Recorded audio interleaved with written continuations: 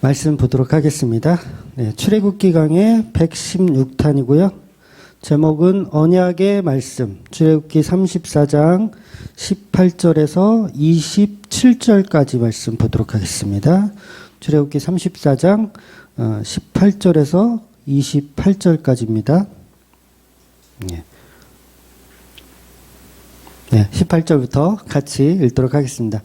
너는 무교절을 지키되 내가 네게 명령한 대로 아비월 그 절기에 이레 동안 무교병을 먹으라. 이는 내가 아비월에 애굽에서 나왔음이니라.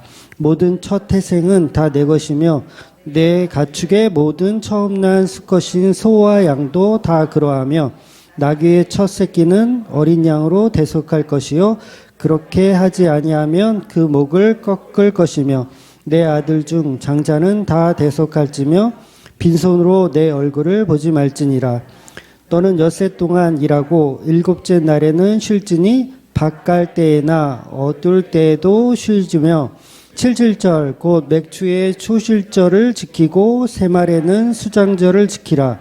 너희의 모든 남자는 매년 3번씩 주 여호와 이스라엘의 하나님 앞에 보일지라. 내가 이방 사람들을 내 앞에서 쫓아내고 내 지경을 넓히리니 내가 매년 3번씩 여호와 내 하나님을 뵈려고 올 때에 아무도 내 땅을 탐내지 못하리라. 너는 내 제물의 피를 유교병과 함께 드리지 말며 유월절 제물을 아침까지 두지 말지며 내 토지 소산에 처음 익은 것을 가져다가 내 하나님 여호와의 전에 드릴지며 너는 염소 새끼를 그 어미의 젖으로 삼지 말지니라. 여호와께서 모세에게 이르시되 너는 이 말을 기록하라. 내가 이 말을 너와 이스라엘과 언약을 세웠으니라 하시니라. 아멘. 네, 하나님께서 에덴 동산 중앙에 선악과를 만드셨어요. 그리고 따먹지 말라고 하셨습니다. 네, 지난주 이제 예를 들어서 제가 설명을 드렸죠. 그 하나님이 동산 중앙에 CCTV를 이렇게 설치를 하셨어요. 그래서 이 CCTV의 목적은 뭐냐면 하나님이 아담과 하와를 눈동자처럼 보호하시기 위해서 CCTV를 설치했어요. CCTV 설치한 목적이 뭐라고요?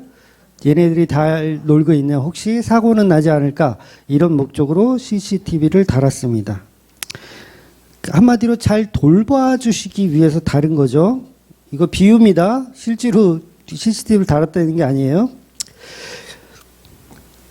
그래서 선악과를 만드신 이유는 아담과 하와를 잘 돌봐주시기 위한 하나님의 사랑적인 목적이 있었다는 거죠. 그래서 죄를 짓도록 만든 도구가 아니라 처음부터 사랑의 도구로 만드신 건데 죄는 누가 지었다고요? 인간이 짓더라는 거예요. 그래서 오전 설교, 지난주 오전 설교에 요한복음 그 53탄에서 이 말씀을 드렸거든요. 그래서 혹시 처음 듣는 얘기다 하시는 분은 꼭 찾아서 들어보시기 바랍니다. 즉 하나님이 선악과를 만드신다는 것은 너희 아담과 하와도 창조주가 아니다라는 말을 하고 싶은 거예요. 너희는 창조주가 아니다. 왜냐하면 피조물이라는 걸 알려줄 필요가 있어요. 왜냐하면 인간들이 그 에덴 동산에서 왕노릇을 하거든요. 모든 만물을 다 다스리고 다 자기가 완전히 다 마음대로 할 수가 있는 상황인 거예요. 다스리는 그런 상황. 그러니까 너희들은 신이 아니라 너희도 피조물일 뿐이다라는 거를 명확하게 이야기해 준 도구가 바로 선악과라는 거죠. 그래서 선악과는 곧 율법입니다. 그래서 하나님이 선악과를 만드셨다는 것은 너희 아담과 하와는 창조주가 아니고 너희도 피조물이라는 사실을 각인시키는 목적이 그 선악과 안에 들어있는 거예요. 그래서 선악과는 곧 율법입니다. 율법. 그러니까 율법의 도구가 뭐예요? 율법은 도구인데 뭐에 대한 도구냐면 너희는 피조물이다. 내 말을 잘 듣고 살아야 된다라는 게 율법의 도구예요. 그래서 우리는 율법을 안 지키면 어떻게 되는 거예요? 나도 신이 되고 싶다는 얘기를 하는 거나 다르지 않은 얘기를 하는 거예요. 너희도 모든 만물을 다스리고 정복할 수 있지만 선악과만큼은 먹지 마. 이 얘기는 너는 왕노릇을 하지만 너희도 피조물이라는 의미를 가지고 있는 겁니다. 완전한 하나님의 돌보심이 필요한 존재라는 의미예요. 그러니까 피조물의 의미는 하나님의 돌보심이 필요한 존재다라는 걸 얘기하는 거죠. 이게 선악과가 갖고 있는 뜻이에요. 너희는 하나님의 돌보심이 필요하다. 하나님이 CCTV로 너희를 다 일거수일투족을 봐야 한다. 이게 하나님의 목적이었는데 우리는 어떻게 하죠? 그 CCTV 대가리를 확 돌려놓죠. 왜? 내 마음대로 내가 죄를 짓고 싶으니까 그런 행동을 하는 거예요. 그래서 제가 저희 집에 CCTV가 있다 그랬잖아요. 그래서 아빠는 아이들을 사랑하는 마음으로 혹시 얘네들이 혹시 다치거나 무슨 일이 있지는 않을까 해서 달았는데 우리 큰딸은 그걸 자기의 죄를 드러나는 게 부끄러워가지고 그거 대가리를 확 돌리더라는 거죠. 그래서 왜 돌린다고요? 공부 안 하고 딴짓하는 걸 들킬까봐. 결국 하나님은 사랑으로 선악과를 만들었지만 인간은 자기 탐욕으로 타락을 하더라는 거예요. 그렇다고 하나님이 아담과 하와를 죽일 수가 없죠. 죄를 지은 아담과 하와를, 선악과를 먹은 아담과 하와를 죽일 수가 없어요. 그 대신 죽여야 되지만, 공의적인 하나님이기 때문에 죽여야 되지만 어떻게 해요?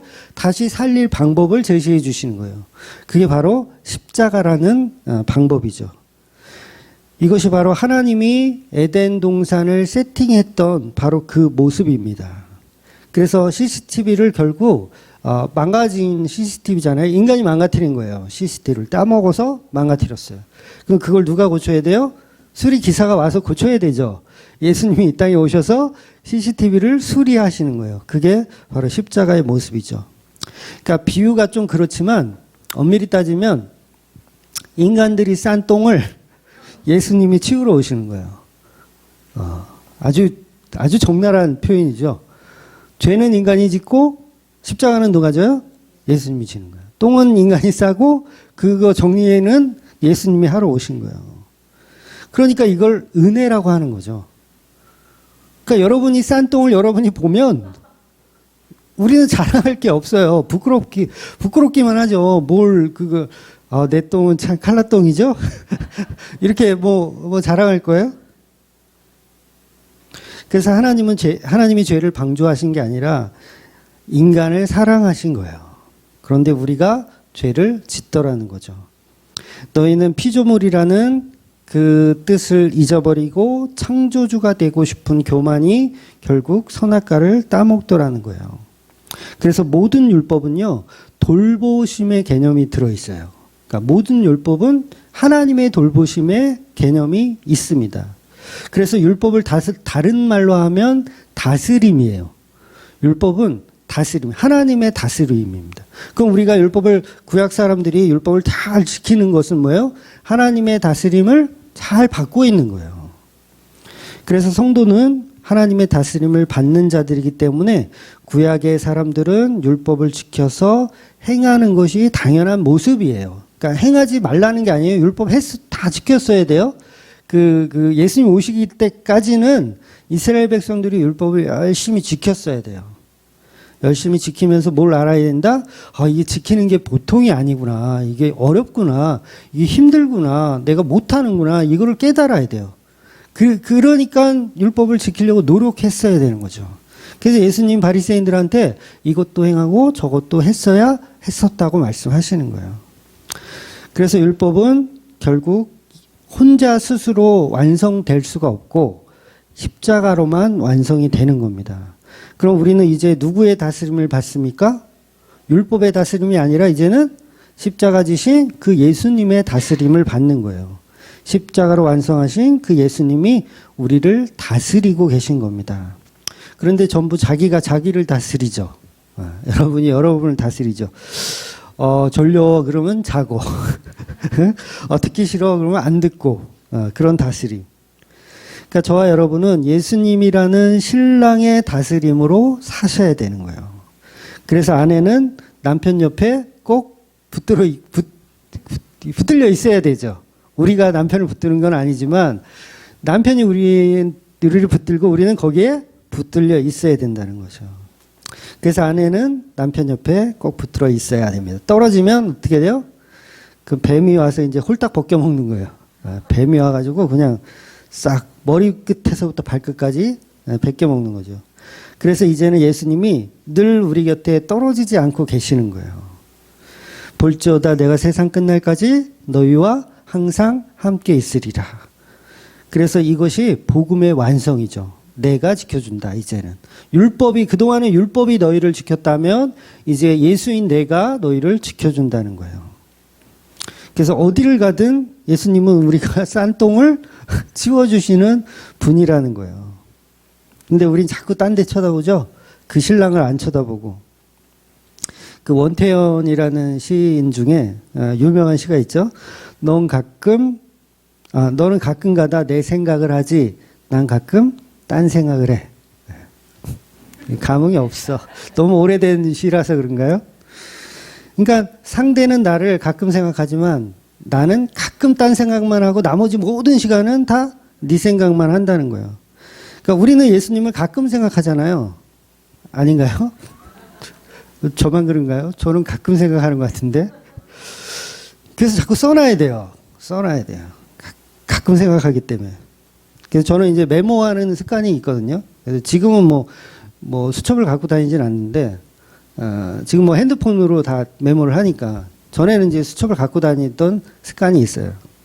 그래서 전에 한번 말씀드렸죠? 장모님한테도 수첩 딱 꺼내가지고, 지금부터 제 욕을 하십시오. 다 받아 적겠습니다. 이랬던 정도로 메모를 하는 필요가 있는 게 뭐냐면, 까먹어서 그래요. 하나님의 은혜, 예수님의 은혜를 자꾸 까먹어서 그래요. 그런데 예수님은 우리를 매일 생각하신다는 거예요. 매일 보고 계신다는 거죠. 자기 아내를 매일 챙겨보고 계시다라는 거예요. 그래서 성도들은 예수를 생각하라는 뜻으로 율법을 주신 거예요. 율법은 곧 예수를 생각할 수 있는 지름길이라는 거죠. 또 그 율법 속에서 제사를 주시고 절기들을 주신 이유 전부 뭐예요?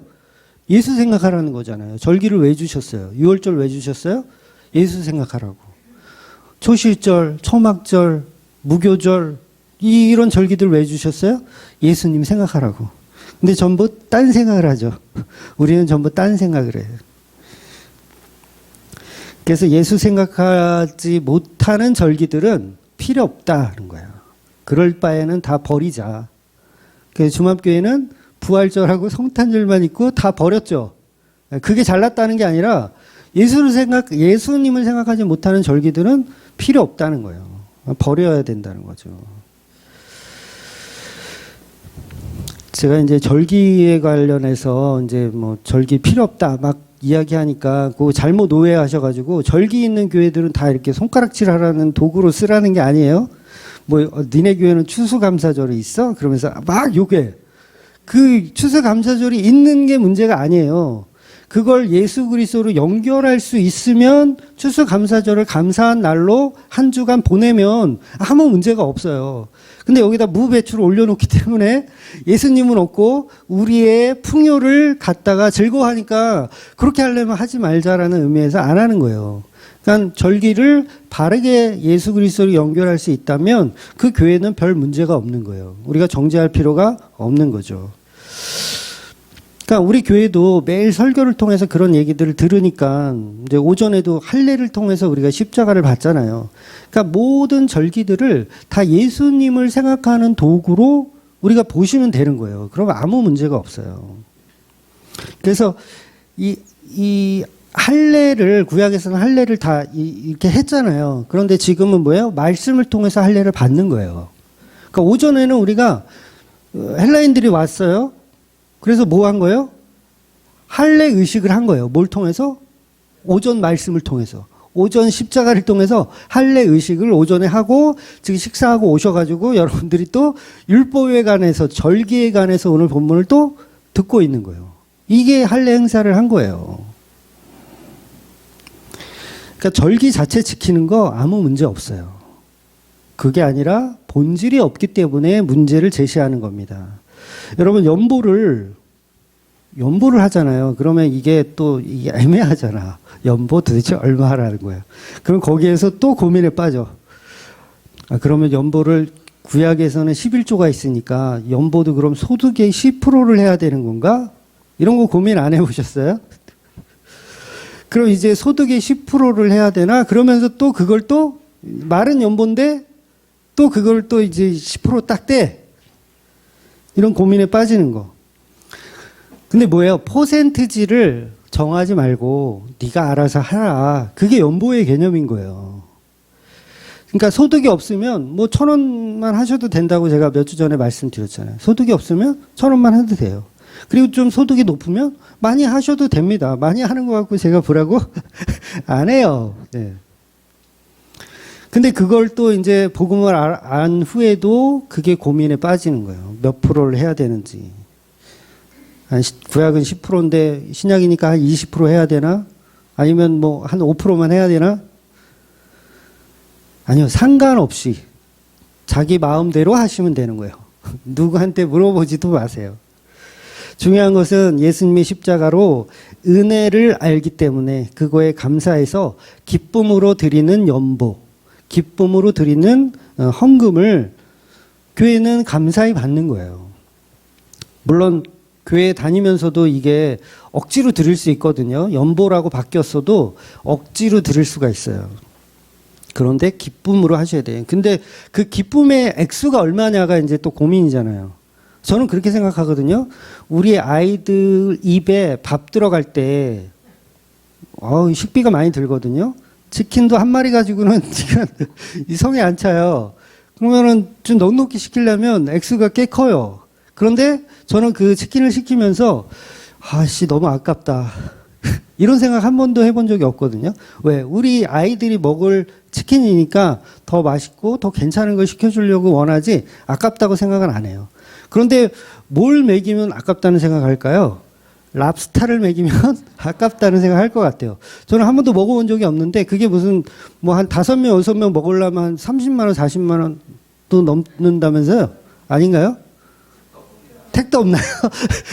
네. 그래서 뭐 한 5, 60만 원을 가지고 한 끼를 먹어야 된다고 한다면 저는 우리 아이들한테 먹이는 거지만 아깝다는 생각을 할 것 같아요. 바로 요 수준이에요. 그러니까 이게 교회에 드리는 연보가 난 랍스타를 먹일 정도의 우리 형편은 아니지 않나? 아이들을 사랑하지 않아서가 아니라 그래서 그 느낌의 상한선을 내가 정해서 전혀 아깝지 않은 액수의 상한에서 연보를 하시면 되더라는 거예요. 야, 이렇게 자상한 목사가 어딨어. 네? 그러니까 그 액수는 누구도 그거는 너는 뭐 틀렸다, 맞다 이걸 얘기해 줄 수가 없어요. 그러니까 어떤 이 교인들은 사실 그게 편하거든요. 목사가 차라리 우리 교회는 무조건 소득의 7% 하십시오. 이렇게 딱 정해주면 편해. 오히려 거기에 익숙해요. 노예근성이라고 하거든요. 그게 편해. 그런데 성경은 그렇지 않아요. 너의 믿음대로, 너의 기쁨대로 자발적으로 하라고 말씀을 하는 거예요. 그래서 저도 그렇게까지만 말씀을 하는 겁니다. 그래서 구약의 절기들은 모두 예수님의 표적이라는 거예요. 오늘 본문을 보면 또 한 번 이제 같은 내용이 나와요. 이게 전에 우리가 출애굽기 하면서 다 보았던 본문인데 똑같은 본문이 오늘 또 나오는 거예요. 그래서 6월절, 무교절, 77절을 말씀하고 있어요. 그러니까 출애굽기 12장하고 출애굽기 23장에 동일한 말씀이 있는데 지금 한 번 더 반복돼서 성경이 지금 말씀하고 있는 거예요. 그래서 저도요, 이거 반복하는 거 이거 그냥 본문을 그냥 띄워 넘어갈까 생각하다가 반복적으로 썼으면 그만한 이유가 있겠지 하고 오늘 본문을 설교를 또 하는 거예요. 중요한 것은 왜 하나님이 반복하여 말씀하시냐는 거예요. 바로 이것은 재창조의 개념이 들어있어서 그래요. 재창조. 그러니까 처음 언약이 뭐예요? 깨졌죠. 황금 송아지 만들면서 처음 언약이 깨져버렸어요. 그래서 이제 재창조의 언약이기 때문에 동일한 말씀으로 다시 주어지는 거예요. 완전한 십자가로서의 재창조는 율법으로도 똑같이 적용된다는 거예요. 이것이 하나님의 의도입니다. 그래서 말씀을 보면요, 전부 반복이에요. 지겹죠? 지겨우면 좀 주무셔도 돼요. 어차피 들었던 얘기야. 심지어 그 제사 드리는 그 제물들 보면 독특하게 대세김질을 하는 짐승들로 제사 드리는 거 아세요? 특이하죠. 왜 하나님은 대세김질하는 것들을 정하다고 말씀하시고 그것들을 제물로 받으실까? 거기에는 그런 의미가 있는 것 같아요. 결국은 반복이다. 말씀은 반복이다. 아침 먹었으면 점심 먹어야 되고 점심 먹었으면 저녁 먹어야 되고 계속 대세김질하는 거죠. 소나 양이나 어떤 그 염소처럼 계속 말씀을 꺼내 묻고 또 꺼내 묻고 들었던 말씀 또 한 번 묵상하고 차 타고 가면서 오늘 들었던 말씀 한 번 더 대세김질하는 거예요. 계속. 그래서 오늘 본문은 이제 다시 한번 과거에 있었던 그 말씀을 꺼내 먹으라는 의도로 하나님은 동일한 말씀을 기록하고 있습니다. 그래서 무교절에 관해서는 이제 너무 기니까 생략을 할게요. 이거 이전에 다 했던 말씀이니까 결국 무교절 기간 안에 유월절 들어있고 초실절 들어있고 그런 기간들이 다 들어있어요. 그래서 결국은 오늘 본문에 보면 율법에 있는 절기들을 말씀하시고 또 11조 관련된 말씀하세요. 첫 것은 내 거다. 이런 말씀 하십니다. 그리고 안식일에 관해서도 말씀하세요. 토요일을 안식일로 지켜라 하는 말씀. 그리고 77절, 곧 맥추절, 그리고 초실절, 그리고 수장절 지키라고 매년 3년 이 절기를 지키라고 말씀하십니다. 결국 절기를 지키라는 것은 하나님께 제물을 드리는 것, 그 안에 들어있는 본질은 그냥 하나예요. 이거 설교하기도 힘들어. 그냥 하나. 예수 그리스도를 표적하고 있다. 예수 그리스도의 십자가를 표적하고 있다. 약간 약장사 같은 느낌인데 지금 설교하는 게. 네. 그래서 모든 절기는 예수 그리스도의 모형입니다. 골로새서 한번 볼게요. 골로새서 2장 16절에서 17절입니다. 그러므로 먹고 마시는 것과 절기나 초하루나 안식일을 이유로 누구든지 너희를 비판하지 못하게 하라. 이것들은 장래일의 그림자니 몸은 그리스도의 것이니라. 아멘. 제가 말씀드린 내용이 골로새서에 그대로 다 있죠. 모든 것은 예수 그리스도의 그림자로 표현된 거예요. 모든 날과 절기는요. 그러니까 초대교회들은 이제 유대인들의 공격을 좀 많이 받잖아요. 너희들은, 그러니까 유대인들은 하나님 믿는 거고 기독교는 뭐예요? 예수님을 믿는 거라고 볼 수 있잖아요. 그러니까 유대인들이 기독교를 많이 공격했어요. 그 공격하는 내용이 뭐냐면 율법이에요, 율법. 그 중에서도 절기와 제물.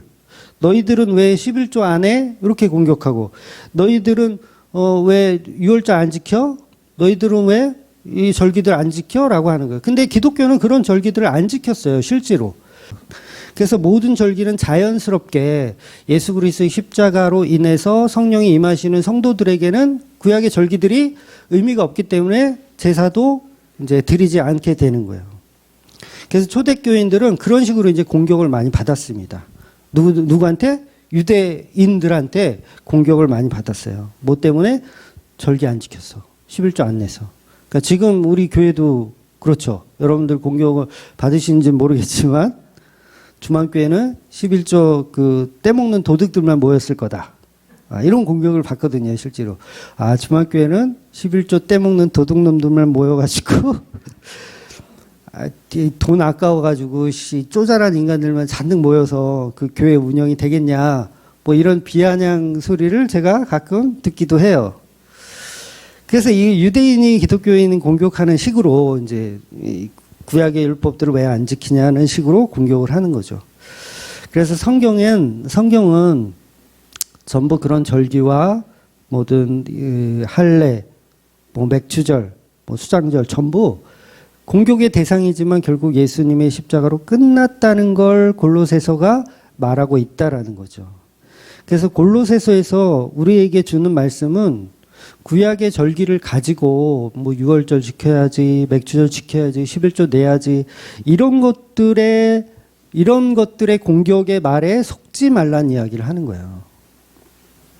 특히나 부정한 음식을 먹고 마시는 것도 유대인들의 공격 대상이었거든요. 그러니까 먹고 마시는 거 다 마찬가지예요. 공격 대상입니다. 그러니까 이단들은 지금도 그런 걸 가지고 공격해요. 뭐 부정한 음식 뭐 먹으면 안 된다고 뭐 안식일 교인들은 뭐 그런 걸로 공격하기도 하고요.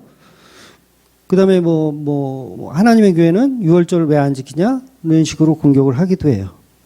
그런데 사도행전에 보면 사도 베드로가 부정한 음식을 이제 안 먹겠다 그러잖아요.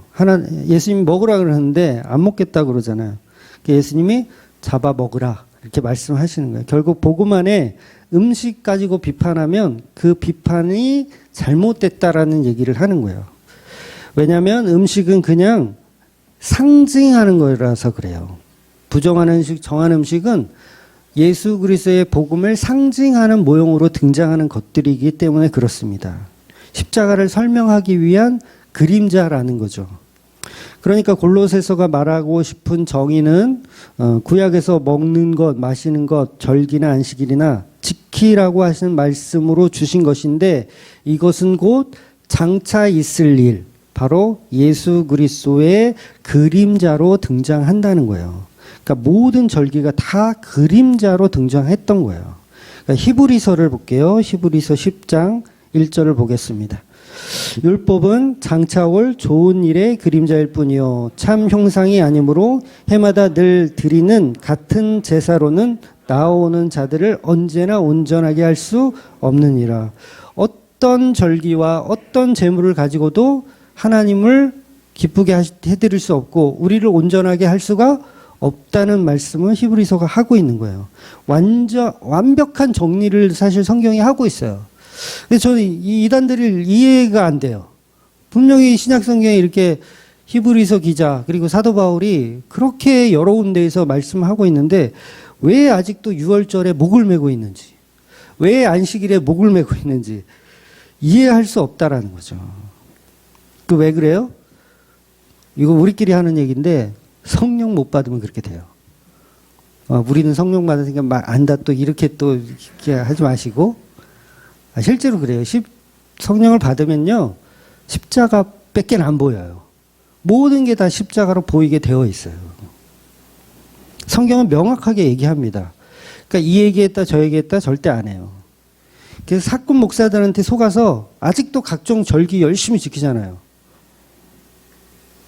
헌금 봉투 내는 재미로 교회 다니죠.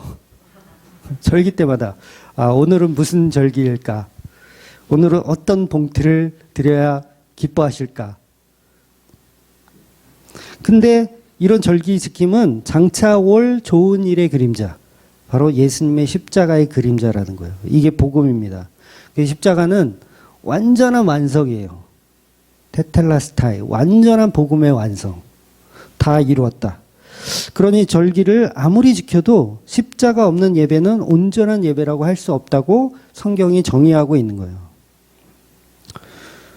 그런데도 불구하고 교회들은 여전히 목숨 걸고 이 절기를 지키려고 합니다. 그림자를 사랑하는 거죠. 예수를 사랑하는 게 아니라 우리 남편을 사랑하는 게 아니라 남편의 그림자를 사랑하고 있는 거예요. 당신 그림자가 왜 이렇게 잘생겼어요? 이렇게 사랑하는 거죠. 이것은 바리새인적인 율법적인 신앙 생활에 불과합니다. 그래서 히브리서 기자가 이걸 모형이라고 이야기하고 있는 거예요. 그렇다면 온전한 제사, 온전한 절기 지킴은 뭘까요? 바로 예수 그리스도의 십자가를 믿는 거예요. 십자가를 어떻게 믿어요? 다 이루심의 십자가로 믿는 거예요. 그래서 영원한 안식으로 들어오는 거. 그래서 영원한 유월절, 영원한 무교절, 영원한 맥주절, 영원한 수장절은 예수님의 피 그 안에 다 들어있는 거예요. 이것이 영원히 우리의 첫 아들이 되신 분의 11조예요. 첫 아들이 되신 분. 11조는 곧 예수님인 거예요. 그래서 예수님은 우리가 하나님께 드리면 너희들은 잘했다 칭찬을 받는 거예요. 결국 바른 절기는 예수님의 십자가 지킴이에요. 다른 지킴 없습니다. 예수님의 십자가 지킴. 그래서 사순절 기간 되면 막 우리 별의별 거 다 하잖아요. 젊은 사람들은 그런 거 많이 하잖아요. 미디어 금식 그래가지고 사순절 기간 인터넷 안 보기, 카톡 안 보기 이런 그런 거 하라는 날이 아니라 예수님의 십자가를 기억하라는 날이에요. 근데 딴짓을 해요, 다들. 그래서 결국 특정한 날만 지키는 게 아니라 모든 날을 예수 그리스도의 십자가로 지켜야 하는 겁니다. 그래서 성탄절도 우리가 성탄절도 큰 의미를 부여할 필요는 없어요. 그래서 우리 요번에도 25일 날 안 하고 26일 날 했잖아요. 거기에 의미가 없는 거예요. 의미가 있는 게 아니에요. 그냥 예수를 기억하는 날, 예수님의 십자가와 탄생과 죽음과 부활을 기억하는 날로 지키면 되는 거예요. 그래서 모든 절기는 십자가로 시작하고 십자가로 끝나는 거예요. 그래서 예수님이 가라지 그 추수에 비유해서 추수하는 것 그 자체가 수장절의 의미를 갖고 있거든요. 그러니까 모든 절기는 다 그런 식으로 해석을 해야 돼요. 이 절기는 어떻게 해석하냐? 예수로. 이 절기는 예수로. 예수로 그냥 이렇게 풀다 보면 다 연결이 돼요. 그래서 절기는 그냥 절기일 뿐입니다. 그래서 본문에서 이제 3대 절기를 잘 지키라고 말씀하셨는데 성경에서 이스라엘 백성들이 이런 절기들을 다 지켰을까요?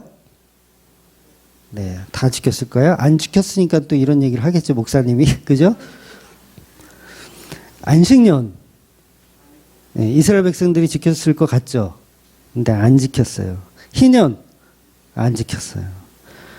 어떻게 지켰냐면 바벨론 포로에 잡혀가서 어쩔 수 없이 포로 생활을 해야 되니까 어쩔 수 없이 희년을 지키는 개념이 되는 거지 자기들이 자발적으로 하나님의 말씀에 순종해서 지켰다는 얘기가 없어요. 결국 인간들은 오늘 본문에 등장하는 절기를 지켰다는 내용이 성경에 없습니다. 굉장히 놀라운 일이에요. 있을 법도 하거든요. 오늘 우리가 읽은 본문 있잖아요. 그걸 지켰다는 얘기가 없다고요, 성경에. 그럼 뭘 얘기하고 싶은 거예요? 결국 우리는 안 되는구나. 십자가가 필요하구나. 이건 그림자구나. 그림자를 사랑하는 게 아니라 우리는 본질을 사랑해야 되는구나로 봐야 된다는 거죠. 우리 열왕기하 23장 22절을 한번 보겠습니다. 사사가 이스라엘을 다스리던 시대부터 이스라엘 여러 왕의 시대와 유다 여러 왕의 시대에 이렇게 유월절을 지킨 일이 없었더니 심지어는 유월절도 안 지켰대요. 유월절을 지킨 일이 없었더니 사사시대 이후에 유월절을 한 번도 지킨 적이 없는 거예요. 여러분 놀랍지 않으세요? 6월절을 한 번도 지키지, 제 얘기가 아니라 성경에 지금 써 있잖아요. 제가 거짓 뻥 치는 거예요. 나 뻥 안 쳐요. 성경이 이렇게 기록하고 있잖아요. 한 번도 지킨 적이 없다는 거예요. 심지어는 초막절이라는 거 있어요. 초막절은 여호수아 때부터 한 번도 안 지켰대요. 여호수아는 뭐예요? 모세 바로 뒤에 모세와 동시대 사람이잖아요. 모세 다음 지도자인데 초막절을 한 번도 안 지켰대요. 느헤미야 8장 17절 볼게요. 느헤미야 8장 17절. 사로잡혔다가 돌아온 회중이 다 초막을 짓고 그 안에서 거하니 눈의 아들 여호수아 때부터 그날까지 이스라엘 자손이 이같이 행한 일이 없었으므로 이에 크게 기뻐하며 한 번도 초막절을 지킨 적이 없다고 제가 뻥치는 게 아니라요. 성경이 그렇게 기록하고 있어요. 이게 놀라운 얘기입니다. 하나님이 반복적으로 출애굽기, 레위기, 신명기 계속 말씀하셨는데 인간들이 한 번도 지켰다 안 지켰다? 한 번은 지킬만 한데 안 지켰다는 거예요. 그러니까 초막절이 이제 수장절을 말하는 거거든요. 요즘으로 치면 추수감사절. 그러니까 요거를 현대어로 바꿔서 설명하면 뭐가 되냐면 대한민국 교회가 추수감사절을 매년 지키지만 한 번도 그걸 제대로 지킨 적이 있다 없다? 없다는 얘기를 성경이 써놓은 거예요. 추수감사절을 한 번도 지키지 않더라. 누가? 대한민국 교회가. 추수감사절을 한 번도 지킨 적이 없더라. 그러니까 예수님이 이제 재림하시고 이제 성경이 이제 2편이 써진다면 거기에 분명히 이렇게 써질 거예요. 대한민국은 추수감사절을 한 번도 지킨 적이 없더라. 이게 놀라운 얘기예요. 결국 뭐냐면 예수를 안 믿어요. 교회 다니는 사람들이 예수를 안 믿고요. 한국 교회가 예수를 안 믿어요. 그러니까 이스라엘 백성들이 율법을 안 지키는 게 뭐예요? 하나님을 안 믿는 거예요. 누구를 믿어요? 힘을 믿는 거죠. 내 힘을 믿고 바벨론이라는 힘을 믿고 애굽이라는 힘을 믿고 사는 거지 하나님을 믿고 사는 게 아니에요. 그러니까 교회 다니는 사람들 다 마찬가지죠. 십자가를 믿는 게 아니라 나한테 복을 줄 수 있는 그 하나님만을 믿는 거예요. 나에게 풍요를 주는 하나님만 믿어요. 그러니까 추수감사절은 지키되 그 안에 예수님의 보혈의 피는 없는 이방인들이 하는 이상한 이교도적인 행사만 하고 있는 거예요. 결국 복음을 하나도 모르고 있는 거죠. 그래서 성경은 당연히 이스라엘은 3대 절기를 못 지킨다로 등장하는 겁니다. 그래서 그 절기를 예수님의 십자가라는 이름으로 지켜야 되는데 우리 한국교회도 여전히 그걸 못하고 있더라는 거죠. 그래서 십자가를 믿는 자는 영원히 예수님 안에서 천국을 누리며 샬롬한 상태로 살아야 하는데 그게 하나님의 나라이고 그게 하나님이 지금 본문에서 약속해 주고 싶은 말씀인데 그걸 못 알아듣더라는 거예요. 그래서 그걸 사도 바울이 골로새서에서 말한 거고 히브리서에서 말한 겁니다. 제발 좀 알아들으라고. 제발 좀 알아들으라고. 그래서 모든 절기는 장래일이다. 예수 그리스도의 그림자다라고 설명하는 거예요. 오늘 본문은 그렇게 절기를 지키는 자에게 가나안 땅을 약속해 주신다는 말씀을 합니다. 그래서 24절에 보면 이방 나라들을 쫓아내고 내 지경을 넓혀 주신다고 약속하세요. 그래서 저와 여러분은 십자가라는 죄의 덮임이 얼마나 큰 은혜인지 그 전쟁 속에서 알아보라는 거예요. 가나안 땅에 들어가면 이제 전쟁해야 되거든요. 그 전쟁에서 하나님의 은혜가 얼마나 큰지를 이제 보게 되는 거예요. 그 죄의 이 가증함이 어느 정도냐면 하나님이 자기 사랑하는 아들을 십자가에 죽여야 될 정도로 인간들의 가증함은 극에 달한 거예요. 저와 여러분의 죄의 깊이가 그 정도라는 거예요. 그러니까 오늘 본문 26절을 한번 볼게요. 34장 26절. 내 토지 소산을 처음 익은 것을 가져다가 내 하나님 여호와의 전에 드릴지며 너는 염소 새끼를 그 어미의 젖으로 삼지 말지니라.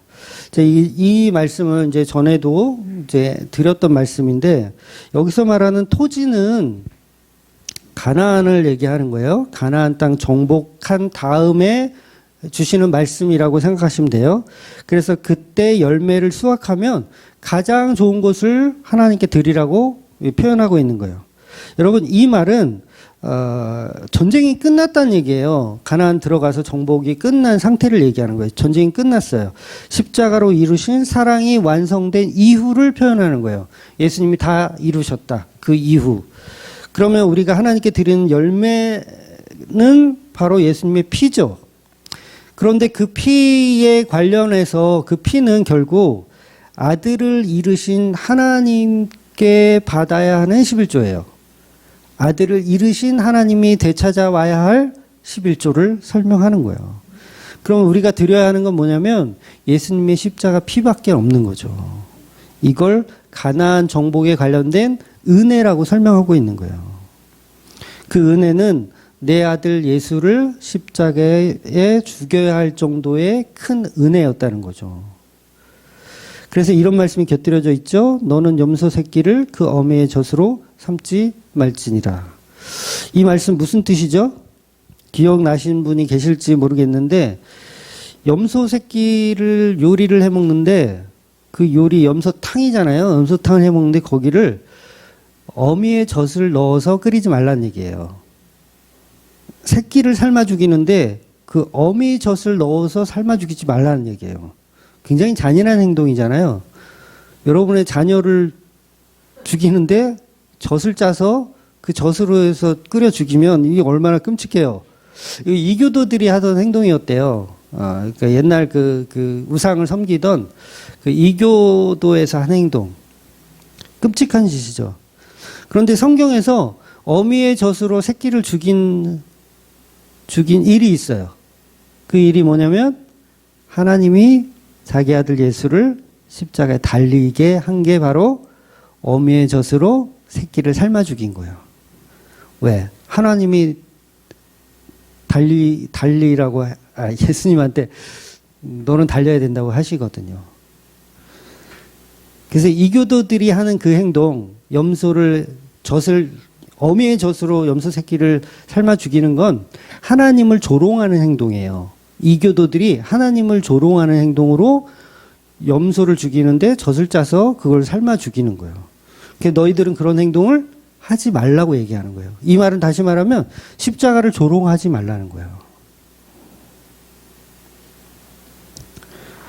그래서 이 십자가는 다시 말하면 이제 헤렘 전쟁 들어보셨죠? 헤렘 전쟁, 진멸 전쟁, 다 진멸해야 되는 거. 요 전쟁을 이루신 분이 바로 하나님이고 그게 십자가예요. 십자가야말로 완전한 진멸이에요. 그 일을 당하신 분이 바로 예수 그리스도죠. 그래서 가나안 정복할 때 헤렘 전쟁을 명령하시거든요. 하나님이 진멸 전쟁. 한 놈도 살리지 말고 다 죽여라. 이게 하나님의 방식이었어요. 진멸 방식. 그거 왜 했을까요? 하나님이 정말 인간들을 싫어하고 용서가 없는 하나님이기 때문에 그걸 다 그냥 진멸하라고 한 걸까요? 그건 인간을 진멸하라는 표현이 아니고요. 내가 그런 진멸의 대상으로 예수를 십자가에 달리게 했다라는 표현을 하는 거예요. 그래서 인간들은 그걸 못해요. 그래서 성경에 보면 진멸 전쟁을 해냈다, 못 해냈다? 못 해내는 거예요, 인간은. 그럼 누구는 해요? 하나님은 하시는 거예요. 그래서 지금도요, 성경은 당연한 거고, 어떤 자료에서도요, 헤렘 전쟁을 실제로 실천했다라는 그 연구 보고 역사서가 없다 그래요. 실제로 그런 헤렘 전쟁이란 용어는 썼는데, 실제로 그렇게 했던 일은 없다 그럽니다. 그러니까 정복 전쟁을 해도 거기에 있는 가축이나 이런 것까지 다 죽일 필요 없잖아요. 그 인간은 그거 불가능한 거예요. 그렇게 못해요. 살려둬야 돼요. 왜? 아까우니까.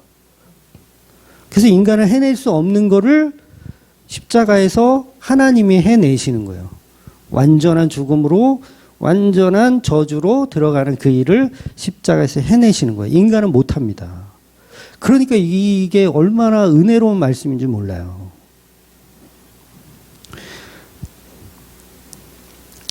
그래서 저와 여러분은 진멸돼야 사는 거예요. 하나님으로 십자가로 진멸돼야 사는 거예요. 근데 너무너무 잘난 맛에 우리가 살고 있죠. 그러니까 스테반처럼 진짜 설교 한번 하고 죽어야 되는데, 그러니까 내 설교 가지고 손가락질하면 저도 그러고 그냥 못 참아가지고 내가 왜 나한테 이것들이 말이야. 그래서 진짜 목숨 걸고 설교도 사실 준비해야 되거든요.